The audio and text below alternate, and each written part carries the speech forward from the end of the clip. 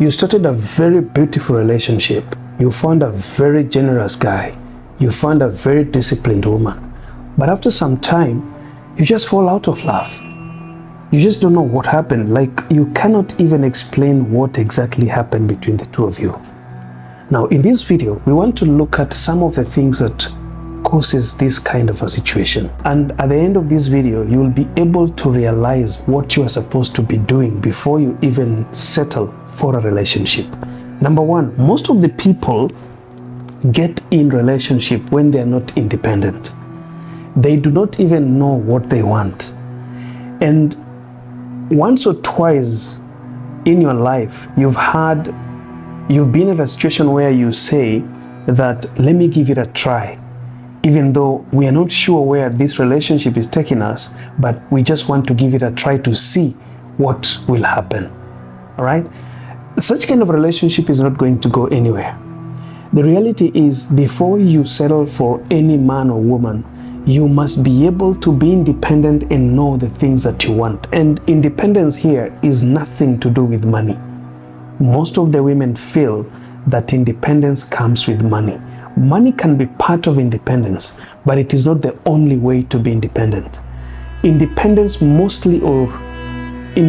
mainly are on what makes you, the things you believe in, your boundaries, your principles, the things you can and the things you can't in a relationship. Once you understand all these things, it's easy to make a relationship work. Number two is freedom. Most of us think and feel that once they enter into a relationship, they are going to take away the freedom that that man or that woman have been having. You want to stop this woman from going to club, even though you found her going to club. It's not going to work. You want to stop this guy from going to watch a football match with his friends, even though you knew that he was watching football matches before you met him. Listen, always remember that you're just part of that person's life. You are not his whole life. You're just a part of his life. Even though we are told that the two becomes one, that is spiritual. It's not physical. You cannot, come together and form one person. You are only spiritually, emotionally one thing, but physically you are a different thing. So always provide freedom in a relationship so that somebody can experience and can practice what they believe in, the things that they like practicing freely without being monitored or police guarded. Number three, always remember to face the reality. You see, you're not going to date a perfect human being here. You're going to deal with somebody who is very imperfect. Somebody who's going to make mistakes. Somebody who has done and made several mistakes before. So coming into a person's life should not be a key to seeing perfection coming from them. There are some things that you would want and wish them to do that they will not do. Sometimes you would even wish to see that guy dressed on a suit, but they just like dressing on a t-shirt. Sometimes you want to see that woman, on a dreadlock, but she just likes to shave all her hair.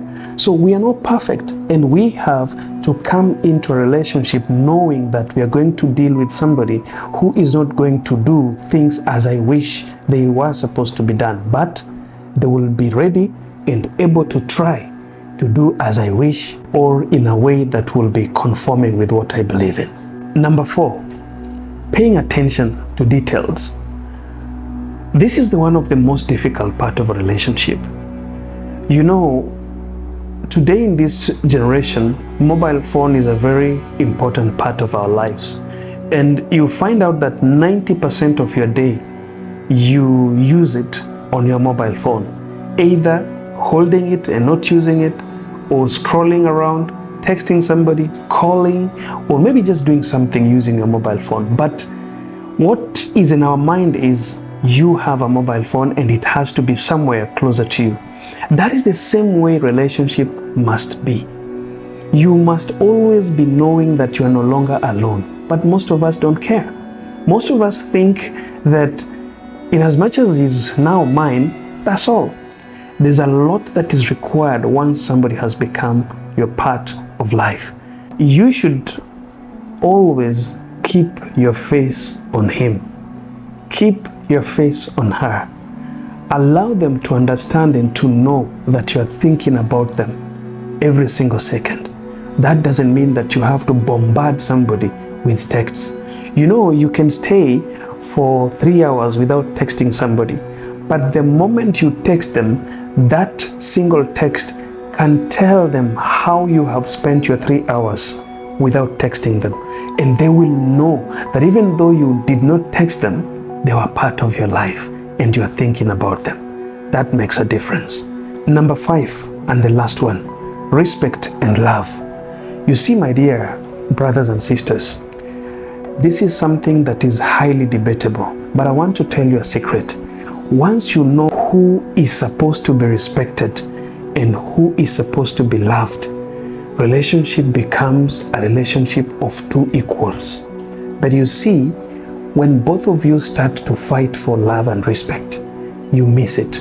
Remember, respect was granted to someone, and love was also granted to someone. When you start to compete for these two things, you'll find one person doing what he's not supposed to be doing, and you'll find somebody being starved of something.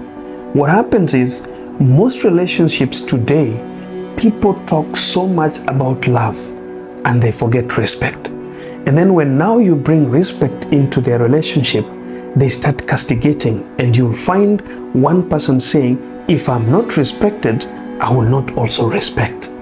This is the reason why you need to learn to understand where should respect come from and where should love come from. You'll be peaceful with your relationship.